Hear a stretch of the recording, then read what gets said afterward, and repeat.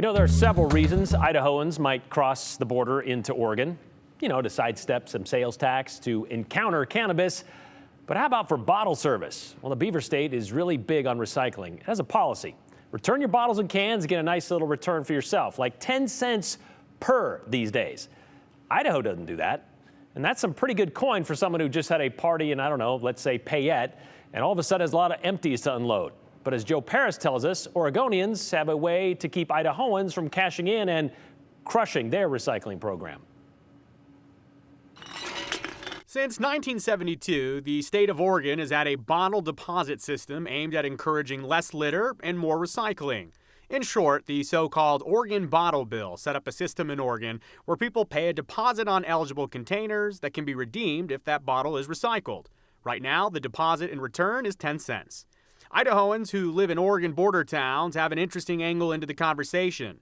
Can they hop over the border and get 10 cents per Idaho bottle?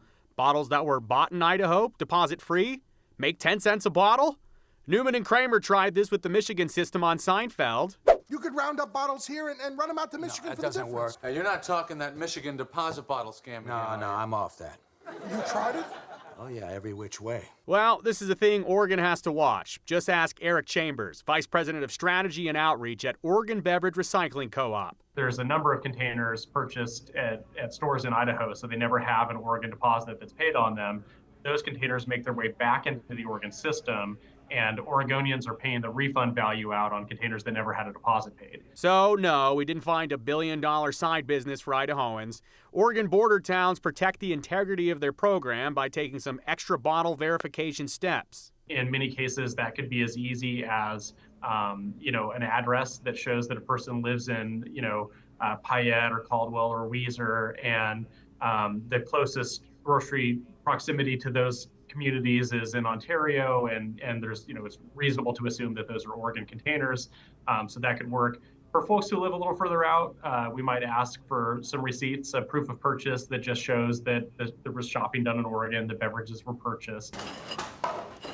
In terms of enforcement, Chambers says that they try to work hard and educate people who are working to get their bottle returns in border towns. But, of course, there is a law on this topic.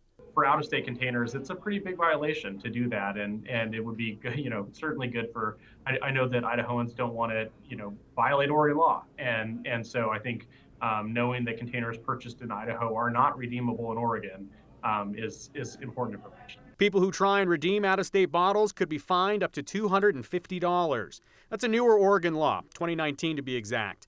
Over in the state of Michigan, though, their laws are far more serious. Just in case you were wondering, violators in Michigan can face a $5,000 fine or 5 years in prison for returning containers, so Newman Kramer don't go there. Advocates for the Oregon Bottle Program say a simple fix for the border situation, parallel policy between Idaho and Oregon. They make a huge difference. The national average recycling rate for beverage containers is around 35%.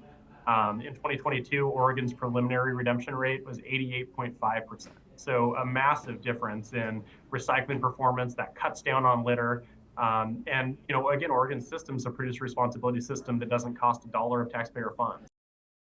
So to be very clear, it's not about being an Idahoan. It's about having a product, a bottle that you didn't buy in Oregon that you're bringing over the border. So I think that makes sense for everyone. But Brian, I know that there's some confusion sometimes on these bottle systems. They're not available in every state. You're paying the deposit when you buy the product. Yes, you are. You're not just getting an extra 10 cents for free. So it's a return deposit. It is a return deposit. And that parallel program, what are the chances of Idaho adopting a similar program?